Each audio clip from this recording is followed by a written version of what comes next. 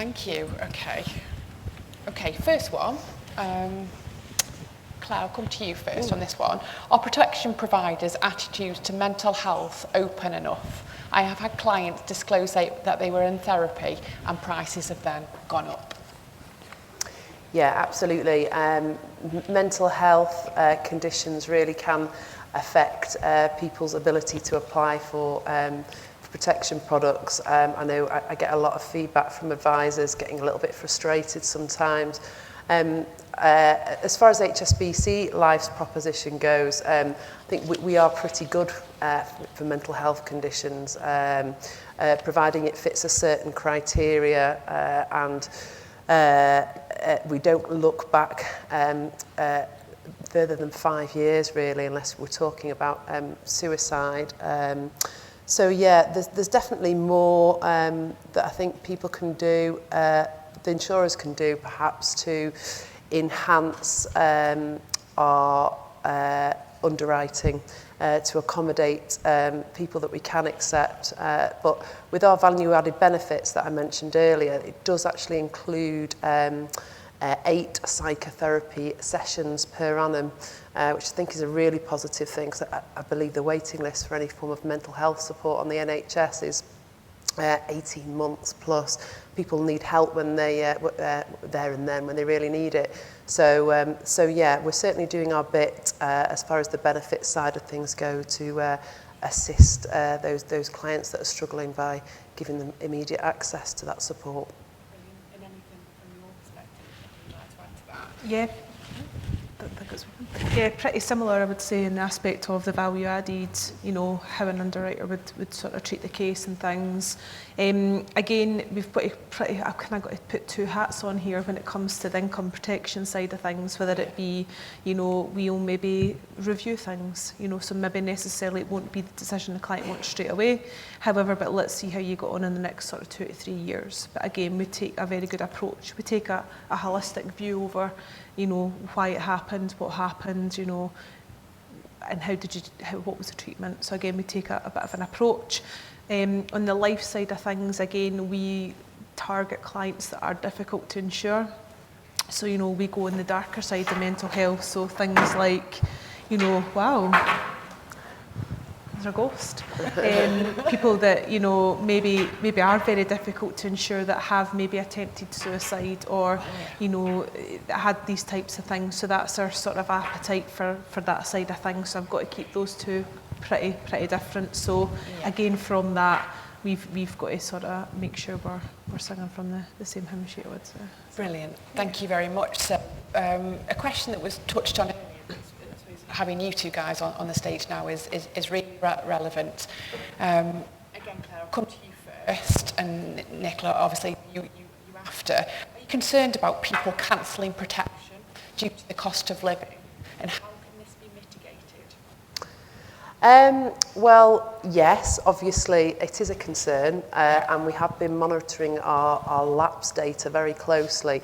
As it stands right now, actually, we haven't seen a massive increase, perhaps not as much as we are expecting. So it's certainly something that's on our radar. There's certain things that we're doing to support customers that are struggling with the cost of living, etc.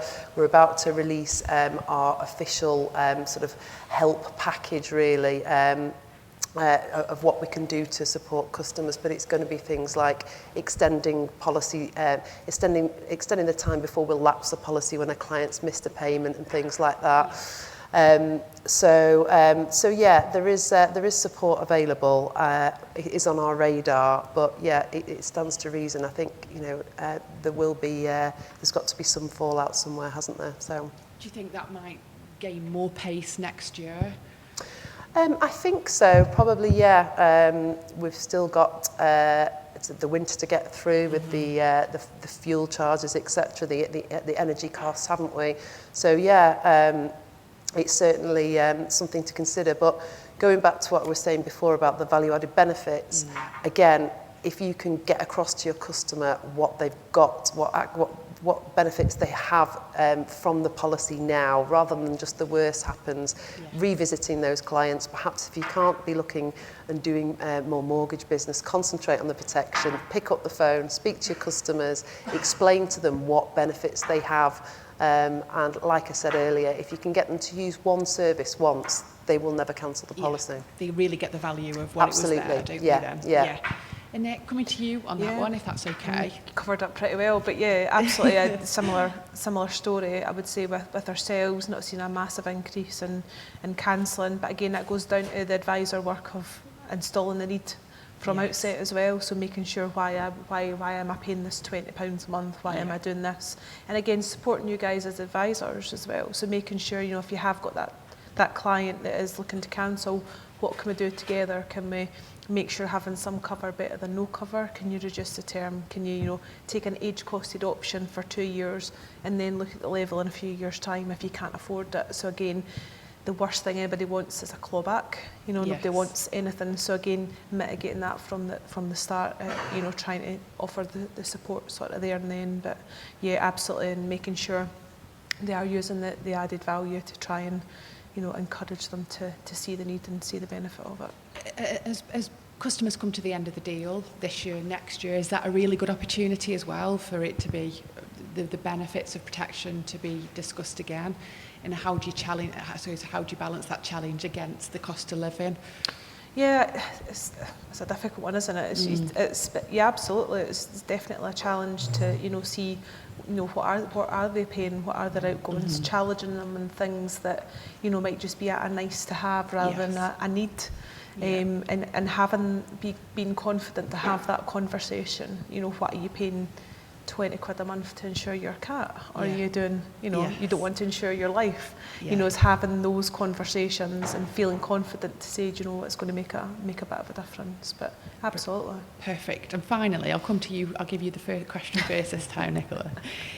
Is it the case that if we don't sell protection under consumer duty, the FCA might ask questions? And how does a broker handle this?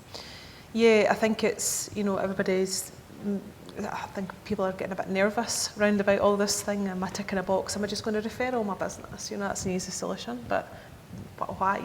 If you're doing a good enough job and making sure that you're looking at the need, you're selling the sort of reason for it behind it, then there would be no reason to do that sort of thing. If anything, just tightening up in processes, making sure it's not just a tick box exercise and really having those conversations and making a difference to somebody's life. Brilliant. Yeah, definitely. Claire, anything to add from you on that one? Not really, no. I would agree with what Nicola said there, really.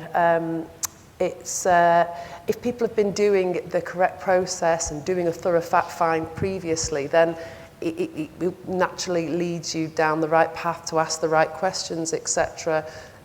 So I don't think for those that have been doing a proper job, it's going to be anything new, really.